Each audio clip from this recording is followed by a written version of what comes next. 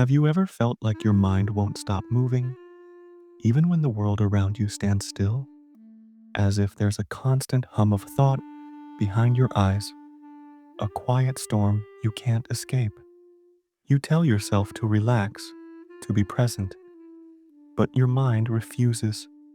It rewinds and rewrites, analyzes every word, imagines 1,000 futures that never arrive. Even silence feels loud. You think, and then you think about the fact that you're thinking. You watch others laugh easily, love easily, live easily, and you wonder what it must feel like to exist without dissecting every heartbeat. For you, nothing is ever simple. Every smile hides a question. Every goodbye feels like a thesis. You feel too much, think too much, care too much. And that's both your gift and your curse. You weren't always like this. Once, you moved through life without needing to understand it. But somewhere along the way, the mind became your shield, a fortress of logic built to protect you from pain. Psychology calls it hypervigilance, the brain's way of staying alert long after the danger has passed. Maybe you learned early that safety wasn't guaranteed, so you began scanning the world for signs, trying to predict the storm before it arrived. But that awareness comes with a cost. The more you analyze, the less you feel connected to life itself. Every emotion is filtered through reason. Every experience examined under the microscope of understanding. You become both the actor and the audience, too busy interpreting the moment to live it. Neuroscience calls it analysis paralysis, when the mind, overwhelmed by possibilities, forgets how to simply choose. You start to notice patterns in everything: people's behaviors, your own reactions, the loops of love and loss. You see truths others overlook, the thin seams holding relationships together, the fear hiding behind a friend's laugh. And yet, the more you see, the harder it is to belong. You crave connection, but you think your way out of it. There's a fine line between awareness and obsession, between curiosity and self-torture, and deep thinkers walk that line alone. You live in a world that rewards speed, but your mind hungers for meaning. You don't seek pain, you seek why. You look for the logic behind every emotion, the story behind every silence. Most deep thinkers were once quiet children. They learned early that words don't always match the truth. Maybe you remember sitting in a room where love came and went unpredictably, where calm was fragile. You couldn't name the tension, but you could feel it. So you learned to watch, to listen, to survive by understanding. You became the peacemaker, the small philosopher, the one who noticed before anyone else.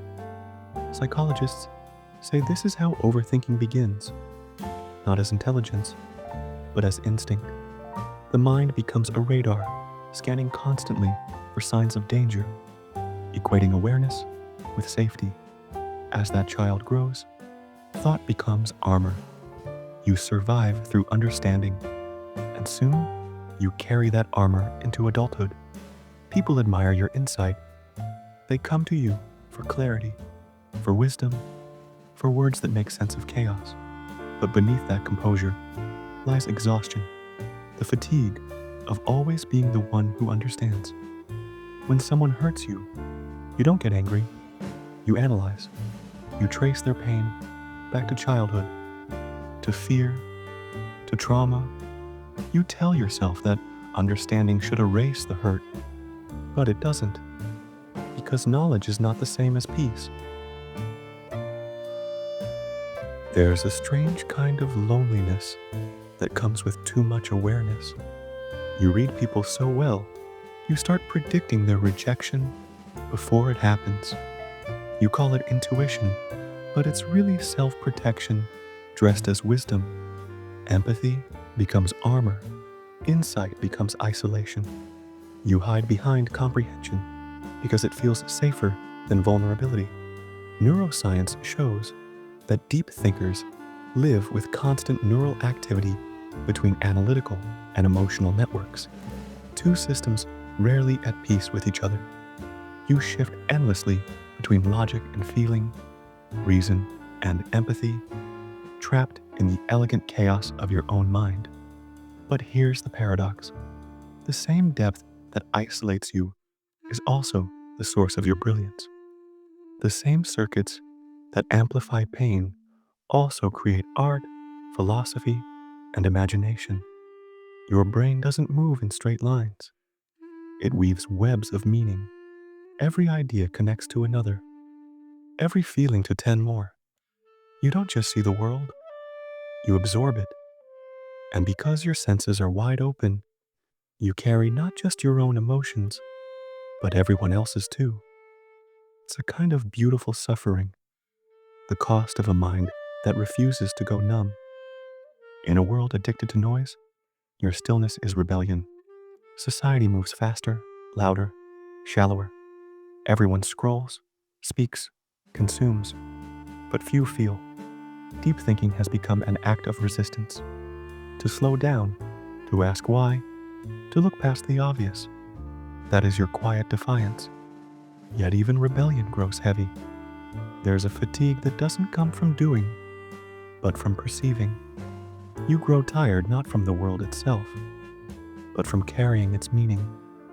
But beneath the exhaustion lies something sacred. That weight you carry isn't proof of weakness. It's proof you're still alive enough to care.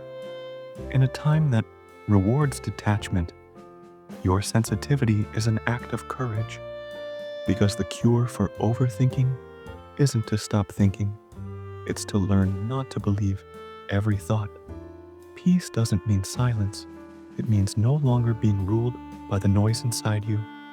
And maybe, just maybe, that's the quiet truth every deep thinker must eventually face. The mind that once kept you safe isn't your enemy. It's just a child, still waiting to be told it's safe to rest.